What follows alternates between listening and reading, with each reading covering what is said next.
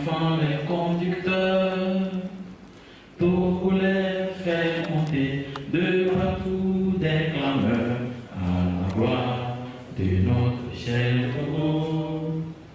Élever sa beauté,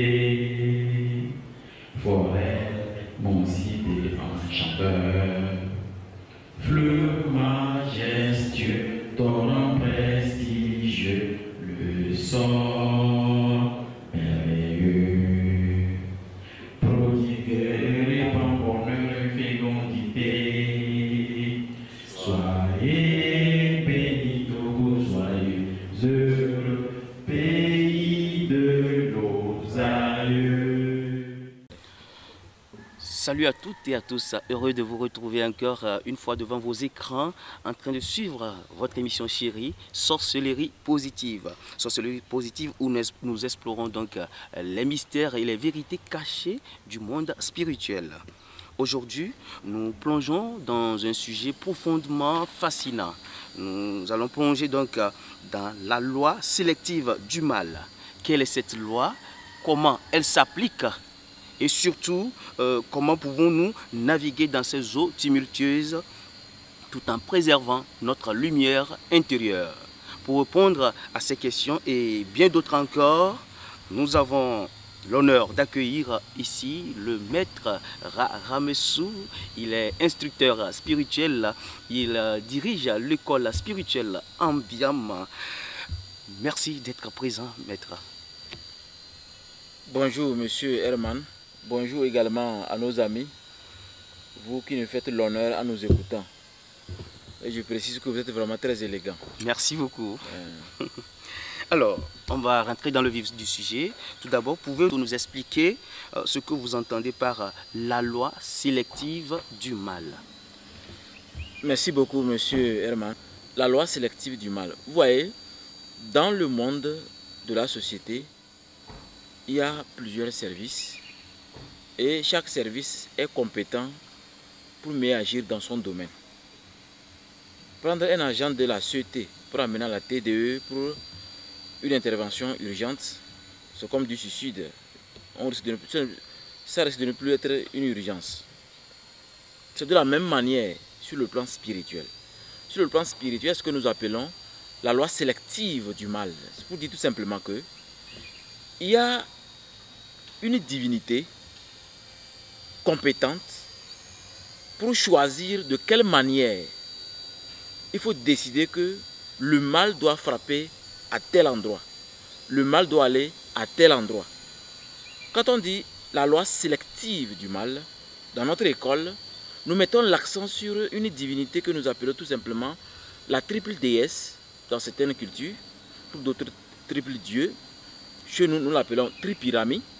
Tripirami. La Trinité chez les chrétiens. Chez les chrétiens, j'arrive ça. Vous m'avez devancé. La Trinité chez les chrétiens. Donc, c'est une équipe. C'est une équipe très compétente qui ne se trompe jamais, monsieur Herman.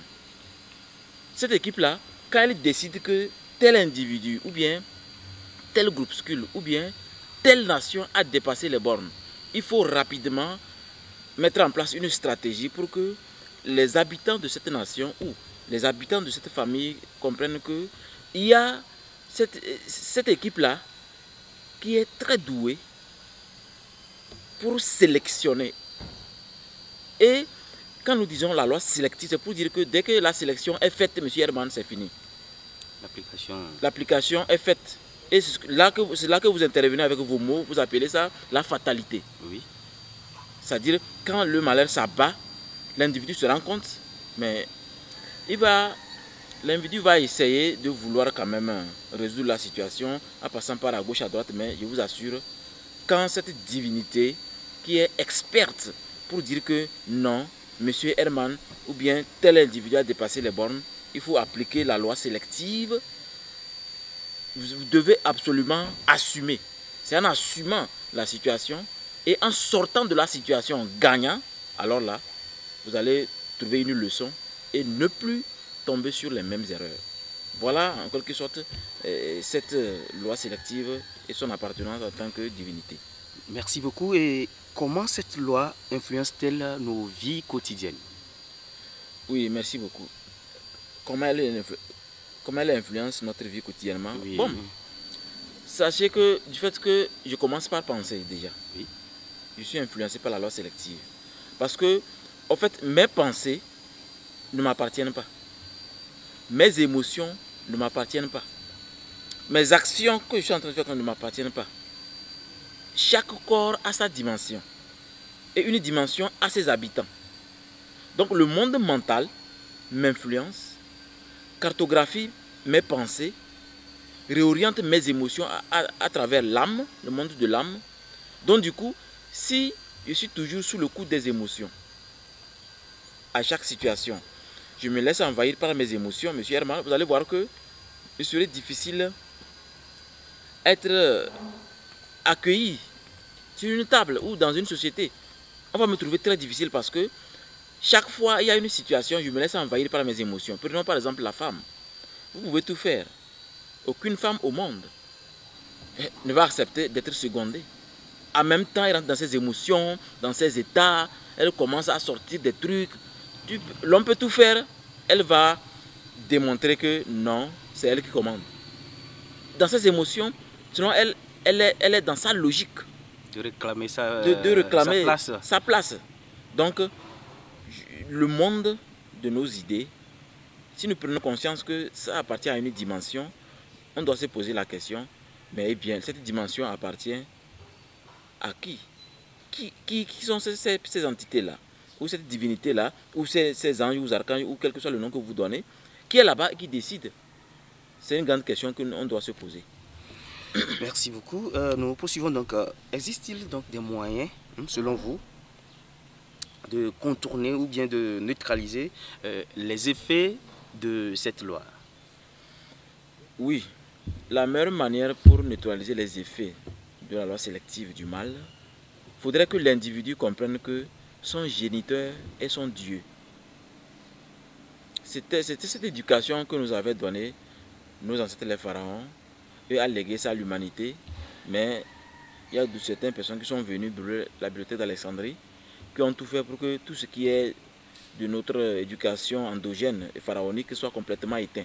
Il était enseigné tout simplement que, d'ailleurs, quand on dit pharaon, pharaon veut dire pharaon. Pharaon veut dire tout simplement que le représentant de Dieu sur terre. Un homme au foyer est un représentant de Dieu sur terre. Alors, si nous sommes des représentants de Dieu sur terre, je crois que c'est pas difficile à comprendre. Si je ne me trompe pas, c'est comme la Bible aussi dit, vos parents sont vos dieux sur terre. Voilà. La phrase dit, honore ton père et ta mère, et tu vivras longtemps, je crois. Voilà, oui, c'est ça. Je peux vous assurer que quand un individu arrive à accepter son papa, j'ai dit le mot accepter, hein? Oui. Accepter veut dire que l'individu a compris. Que tu as compris ton papa. Il est dans sa logique. Vous n'étiez pas là comment elle a fait la cour à ta maman. Vous n'étiez pas là quand la maman manquait du respect à papa. Alors vous n'êtes pas bien placé pour croire que papa est en train de faire des erreurs en prenant telle décision, telle décision. La meilleure manière d'échapper, le terme d'échapper la loi sélective du mal, je peux vous assurer, honorer votre père. De temps à autre, il faut l'appeler. Quel que soit ce qui se passe entre vous, c'est à vous le fils d'aller vers le géniteur, c'est-à-dire votre papa. De temps à autre, il faut lui faire des cadeaux. Il faut voir, parce qu'en faisant ça, vous diminuez le mal de guérison miraculeuse. Le mal de guérison qui est dans la famille. Dans chaque famille, il y a une maladie bizarre. Dans chaque famille, selon la génétique. Donc, vous allez au-delà de cette maladie. Donc du coup, la maladie que papa, en tant que géniteur, a dans ses gènes, ne peut plus influencer Herman parce que Herman a une manière spécifique de communiquer avec son papa. Le papa sent que, malgré tout ce qui se passe, il me respecte en tant que papa. Il doit le sentir. S'il le sent, je peux vous assurer que la loi sélective du mal ne va pas vous envahir. Merci. On va encore retourner un peu en arrière. Vous avez parlé des émotions qui nous envahissent. Oui. Alors, dans quelle mesure nos pensées et nos émotions jouent-elles donc un rôle dans la manifestation de cette loi? Et puis, vous avez parlé des émotions. Je veux que vous retourniez encore là pour nous faire bien comprendre. Le jeu des émotions, c'est fondamental parce que l'émotion, d'autres disent même que la meilleure manière d'entrer en transe, parce que c'est dans la transe qu'on devient quelque chose, de l'entrer en transe est de passer par les émotions. Alors que les émotions, c'est naturel, c'est un truc naturel d'ailleurs. Oui. Mais ce que nous devrions faire en tant qu'être humain, nous devrions maîtriser nos émotions. D'abord, il faut les découvrir. Comment elles se manifestent. Nous pensons tout ça là. Et maintenant, chercher maintenant à les maîtriser. Voir quand je fais comme ça, comment ça se passe. Quand je fais comme ça, comment ça se passe. Comme telle décision que j'ai prise là, est-ce que c'est pas... C'est-à-dire, il faut se remettre en cause au niveau de votre manière d'agir. Bon, de dorénavant, je vais essayer de mettre un frein pour voir s'il ne faut pas attendre que monsieur ou madame finissent de parler avant de parler. Ou je dois réfléchir, ou bien carrément je me tais. Parce que se taire, c'est aussi un message. Ne pas répondre, c'est aussi un message. Alors là, nos émotions sont vraiment cruciales si nous voulons que cette loi sélective du mal nous soit, qu'on puisse mieux maîtriser et être mieux dans notre assiette. Il est plutôt recommandé que nos émotions doivent jouer un grand rôle. Un exemple. Est-ce que vous savez que la meilleure manière de bien cadrer ses émotions, c'est de trouver quelque chose tous les matins qui vous rend heureux? Ou bien vous vous sentez bien. Trouvez un exemple, comme les entreprises le font. Prendre un café chaque matin. Mais pas au même endroit. Aller dans un restaurant, dans un hôtel VIP, un endroit magnifique. Et maintenant, vous commandez le café, vous commandez tout ce que vous voulez. C'est-à-dire, écoutez comment vous vous sentez. Parce que la manière dont vous vous sentez est très importante. Ça vous permet de mieux cadrer vos émotions, d'augmenter le pouvoir émotionnel de votre âme. Puisque l'âme gère les émotions, l'esprit gère les pensées. Alors, les deux se réunissent parce que quand on se sent bien, ça veut dire que automatiquement les pensées s'ordonnent. Donc, au même moment, vous allez voir que l'âme et l'esprit aussi, automatiquement, rentrent en symbiose et donnent une force magique à l'individu. Donc, je vous conseille chaque matin d'aller dans un restaurant, dans un hôtel ou un endroit chic et commander ce qui vous permet matin de vous sentir bien, de sentir à quel point vous êtes utile à votre vie et à la société. Alors, si ça en est ainsi, il faut d'abord, donc, selon moi, il faut d'abord avoir une capacité d'écoute de soi. Oui. Parce que je pense que c'est la chose que l'on doit avoir d'abord. Et il serait difficile aux gens d'avoir cette capacité. Si vous qui êtes spirituel, est-ce que vous pouvez nous expliquer comment est-ce qu'on peut s'écouter? Oui, pour s'écouter, la plupart du temps, c'est facile.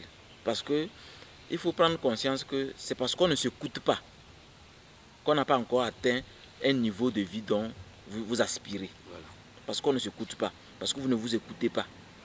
Est-ce que vous savez que un maître Shaolin, une fois, a démontré quelque chose à son fils? Un grand maître Shaolin qui a plusieurs écoles, qui est respecté.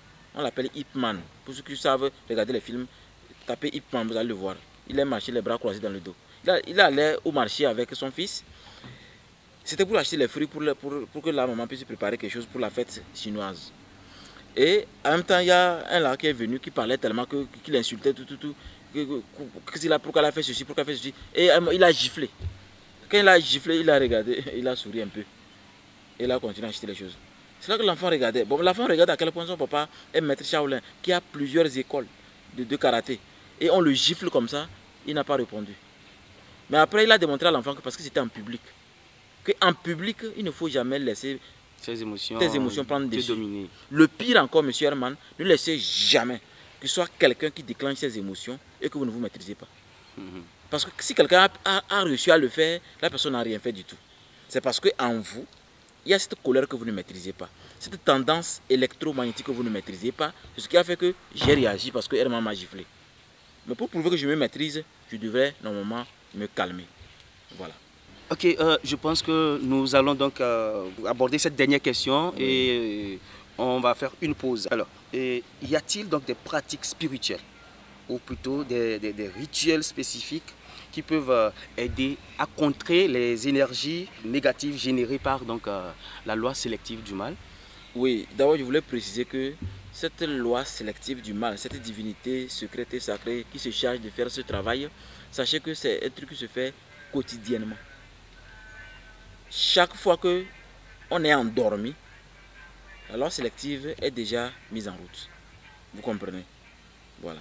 Je disais tantôt, y a-t-il des pratiques spirituelles ou des rituels spécifiques qui peuvent aider à contrer donc ces énergies négatives générées par cette loi?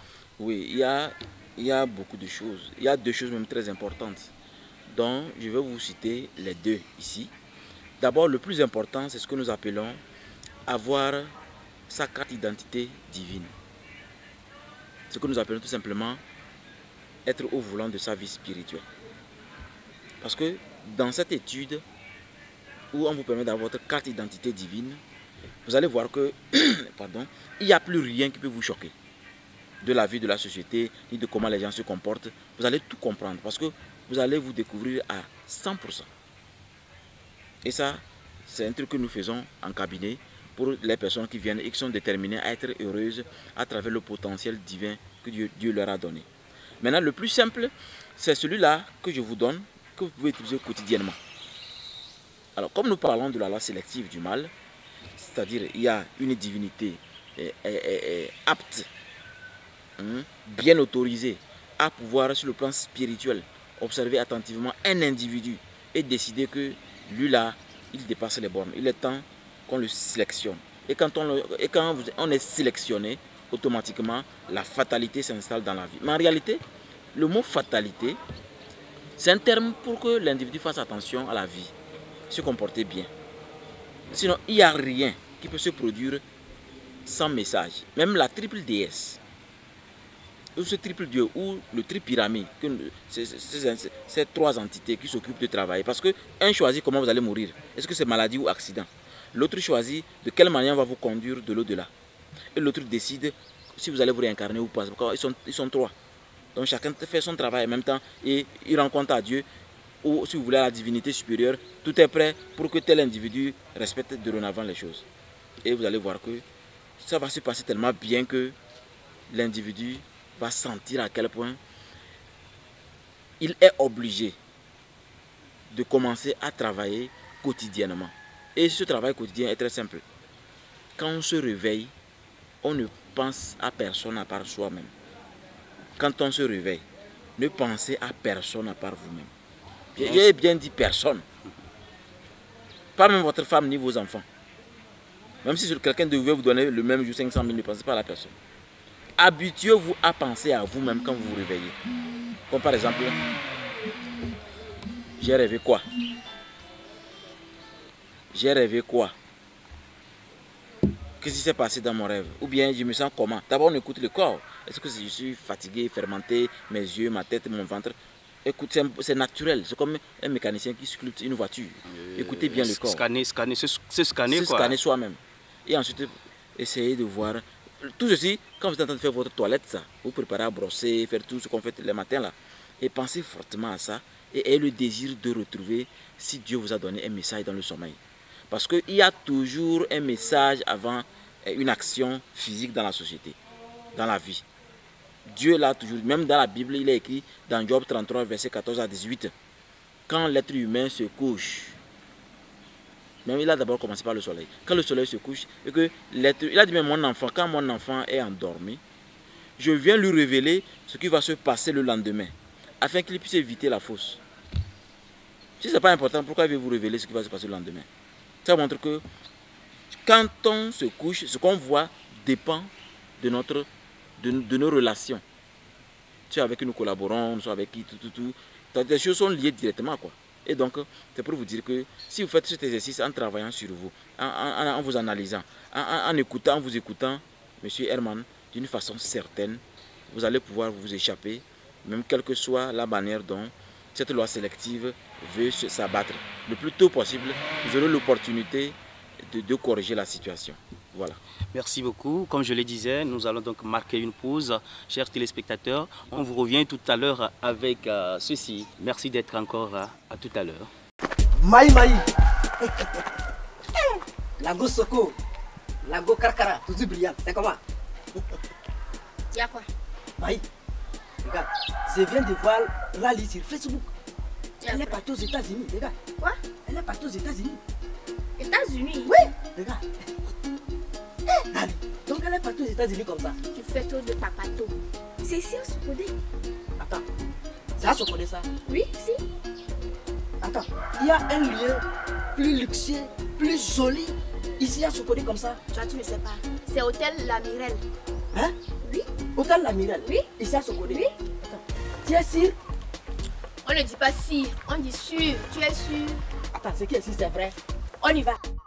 Pour passer ce jour au Togo, Sokode vous réserve un hôtel calme, luxueux et clean, Hôtel La Mirelle. Hôtel La Mirelle est un hôtel doté de conforts incomparables. À l'Hôtel La Mirelle, vous aurez accès aux salles VIP, à la salle de réunion, au restaurant, avec des cuisiniers professionnels prêts à vous offrir des plats de privilèges. Sans oublier ce grand jardin doté d'une piscine. Avec leur beau sourire, les personnels de l'Hôtel La Mirelle vous réservent un accueil de peace and love. L'Hôtel La Mirelle se situe à Kwangalam, en face du lycée Kwangalam, à quelques mètres de la nationale numéro 1. À votre droite, en allant vers le nord, et à votre gauche en revenant vers le sud.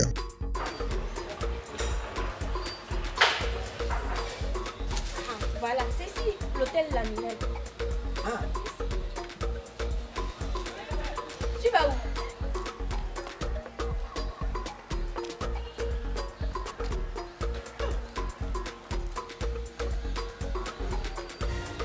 attends, quel miracle de l'hôtel. Dehors, c'est à Sokode. Mais dedans, voilà, c'est aux États-Unis. Hôtel La Mirelle. La Mirelle. Répète. Pour toute information, contactez le plus 228 99 58 69 68 ou joignez-nous à l'adresse email lamirellesokode@gmail.com. À l'Hôtel La Mirelle, le bon séjour est garanti. Oh, l'hôtel La Mirelle.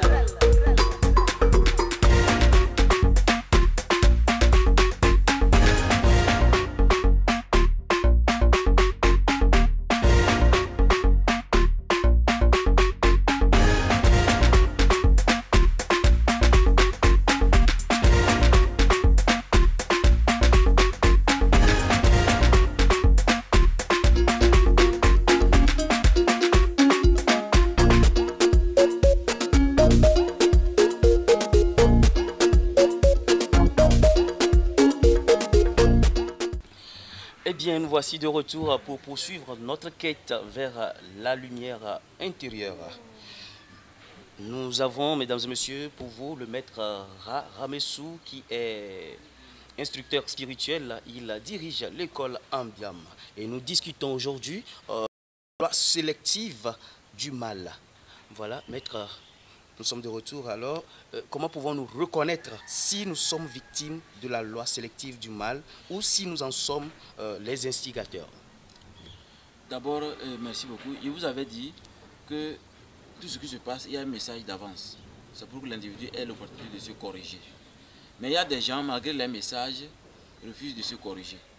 Donc, si eux, ils ont été sélectionnés, c'est fini. Rappelez-vous que c'est une équipe compétente qui a été choisie par la providence divine et qui décide que non, tel individu doit forcément passer par telle situation du mal, afin de comprendre ce que c'est que le mal, le positif. Donc du coup, comment ça se passe?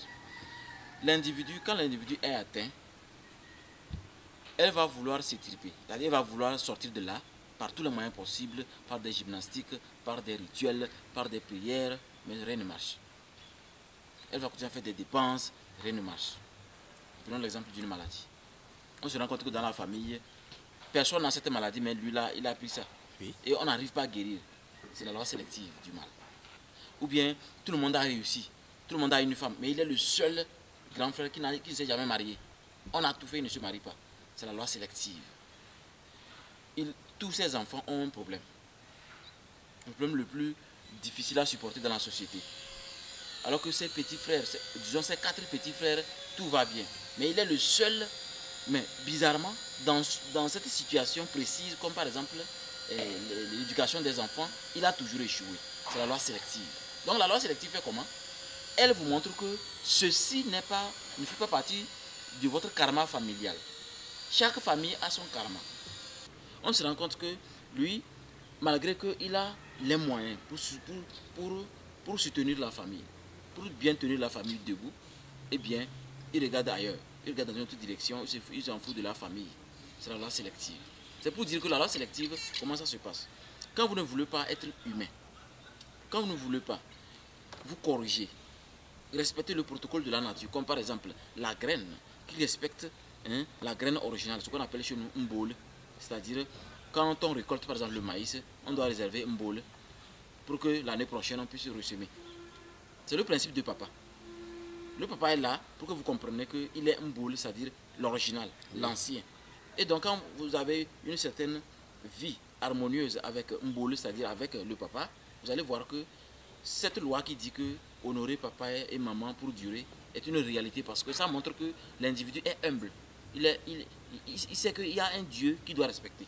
Et ce Dieu-là, c'est son papa. Un enfant qui refuse de communiquer, il y a des gens qui n'ont rien avec leur papa, hein, à cause des mensonges de leur maman. Ils appellent leur papa rarement dans l'année. Puis même dans le même quartier, ou même ville, même pays, il n'appelle jamais le papa. Ni dit, ah, prends ça pour mettre le crédit ou acheter le savon. Pourtant, il t'a supporté. Tu es venu au monde. Il a payé la première facture à l'hôpital. Il t'a permis d'être éduqué, de quoi manger, de quoi aller à l'école. Même de toi même la chance d'aller même jusqu'à l'université. Et à un moment, tu trouves que simple erreur de papa, tu le multiplies. Pour lui, il n'existe plus parce que c'est l'enfantillage. C'est pourquoi la loi sélective du mal, à travers ces dieux qu'on retrouve dans toutes les cultures, vous envoie des messages de souffrance. Je vous ai dit les souffrances que la famille n'en a pas. Hein. Vous les aurez. Comme par exemple un foyer où il y a toujours la boxe.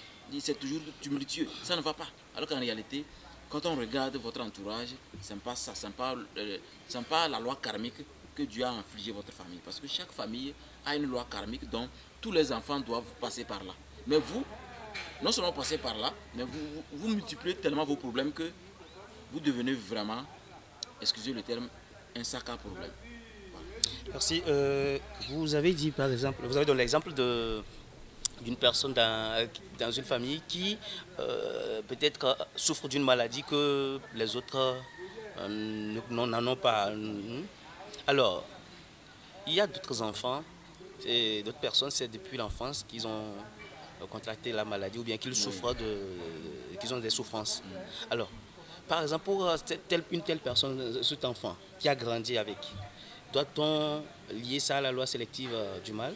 Non, ça c'est pas la loi sélective du mal, c'est plutôt le karma familial. Parce que l'enfant malade très tôt montre que les enfants ont une leçon à tirer par rapport à ce que forcément quelque chose s'est passé avant qu'il ne se marie. Mais le parent a refusé, maman ou papa a tellement refusé d'accepter. À telle enseigne que l'enfant maladif est arrivé pour que les parents comprennent qu'il y a une justice divine qui vous envoie des messages, qui vous dit des choses de temps à autre, qu'il faut apporter une oreille attentive afin de ne pas laisser entendre que vous vous en foutez des messages que Dieu vous envoie. Le papa peut être remplacé par le grand frère. Parce qu'il y a des gens qui peuvent dire que bon, et moi qui n'ai pas de papa, parce qu'il a décidé. S'il est toujours là, il faut aller sur la tombe le parler. Mais votre grand frère, c'est comme votre papa, votre grand frère. Le grand frère peut être remplacé par le papa parce qu'il s'agit de respecter la hiérarchie. Et ça montre que vous êtes une personne naturelle. Vous respectez ce qu'on appelle le processus de la graine. Et ceci permet à l'individu maintenant de ne plus retomber dans la loi sélective. Mais très tôt, comme vous l'avez dit, ça c'est le karma familial, c'est une souffrance familiale pour que les parents comprennent une leçon. Et quel est le mal que l'enfant là a fait pour pouvoir endosser cela? Non, vous voyez. Parce que ça devient une charge sincèrement pour l'enfant qui grandit. Je vous comprends. Un enfant qui vient d'arriver, malade, vraiment c'est un peu difficile à accepter. En fait, pour vous dire la vérité, il n'y a jamais eu de bébé. Il n'y a jamais eu d'enfant petit innocent. Parce que rien n'est nouveau sous le soleil. L'enfant qui vient d'arriver, l'âme est vieille, très très vieille. Il a déjà foulé le sol plusieurs fois. Ce n'est pas la première fois que l'enfant arrive.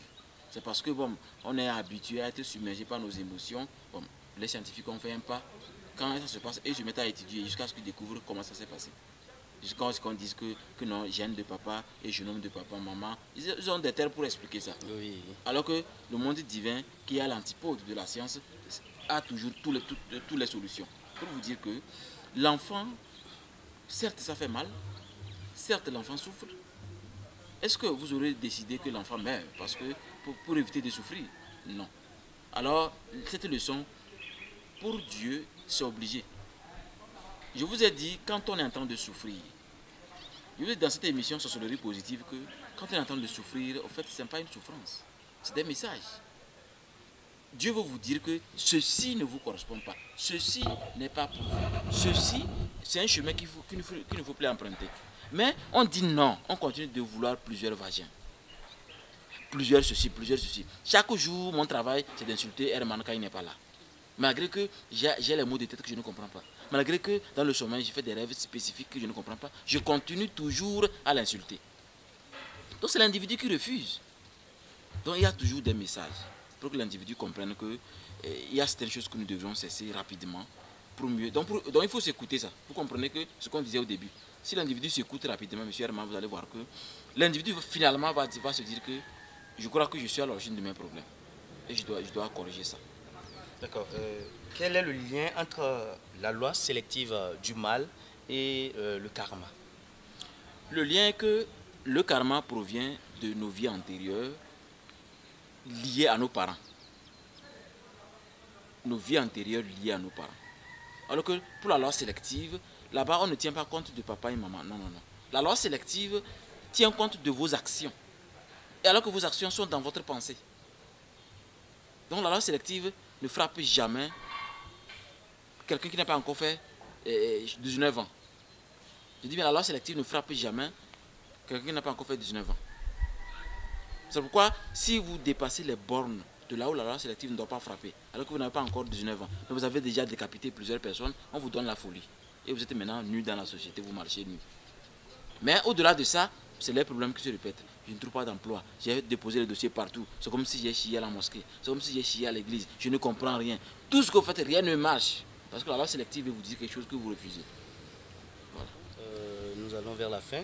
Quel est donc le conseil pratique que vous pouvez donner donc à nos téléspectateurs, bien sûr, pour naviguer avec succès à travers les défis posés par cette loi?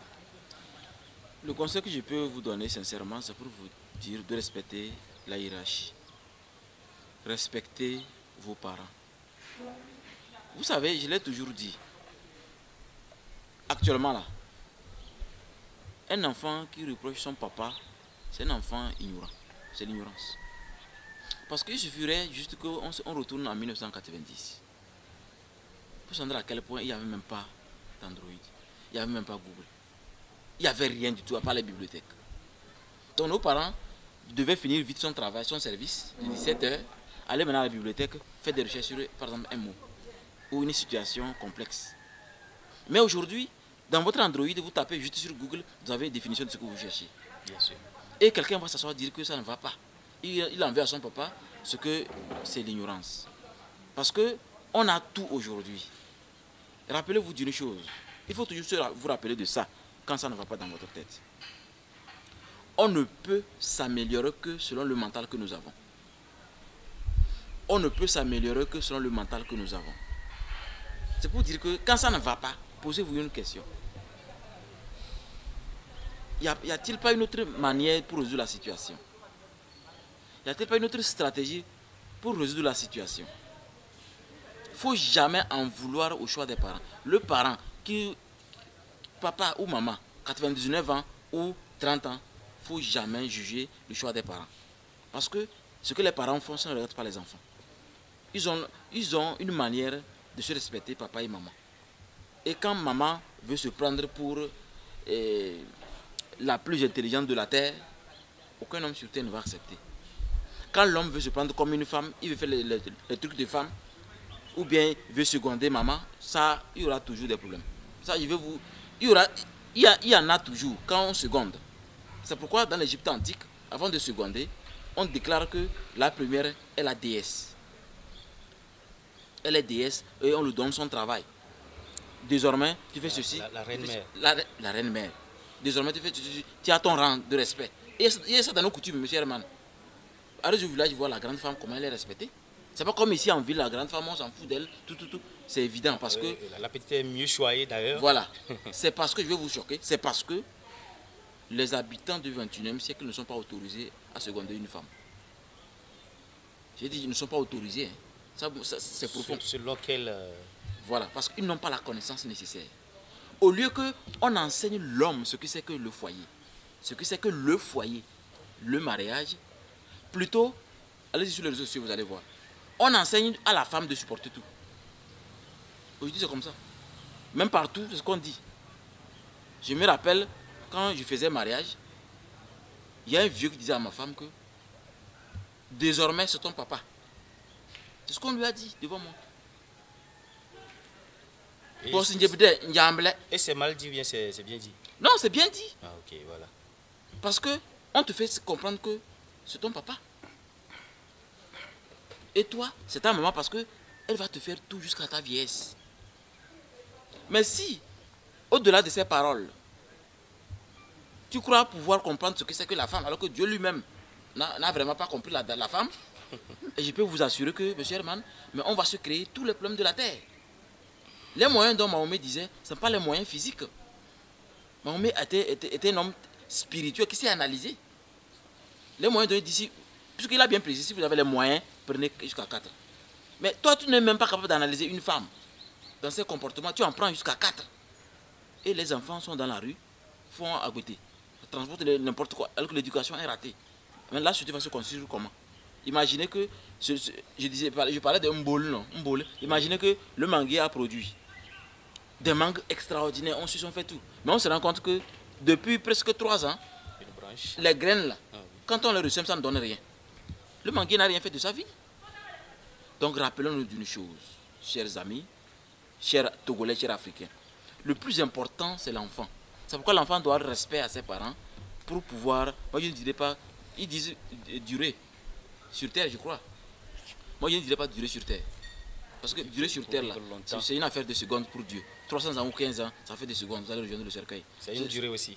C'est une durée. Non, 3 secondes, c'est une durée. C'est ce que je dis. Donc chez nous, sur le plan spirituel, ça n'a pas d'importance. Ce qui est important est que quand tu respectes ton papa et ta maman, je peux t'assurer que là où les autres font des gymnastiques pour avoir de l'argent, tu ne feras rien du tout. Ce que les autres font 3 ans pour avoir, toi, c'est en quelques heures. Parce que tu as une bénédiction spéciale que tu es heureux avec ta petite famille.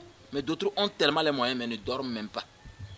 Le plus important, c'est de voir celui qui ne dort pas la nuit. Vous allez voir que le bonheur, c'est quand on arrive à dormir. Voilà. Merci beaucoup, maître, d'avoir accepté donc l'invitation de ce jour. Et merci à vous aussi, chers téléspectateurs. Et voilà, nous avons donc atteint la fin de cette émission enrichissante. Donc, et nous remercions chaleureusement notre maître Raramessou pour sa présence, pour sa sagesse et ses insights précieux donc, sur cette loi sélective du mal. Nous espérons que vous, chers auditeurs, chers téléspectateurs, vous avez trouvé cette discussion aussi fascinante et instructive que nous. Rappelez-vous que même lorsque les ténèbres menacent de nous engloutir, nous portons tous une lumière intérieure qui peut illuminer donc même les recoins les plus sombres de notre existence. Rejoignez-nous, mesdames et messieurs, la semaine prochaine pour une autre édition. D'ici là, portez-vous bien. Bye bye. Au TEP.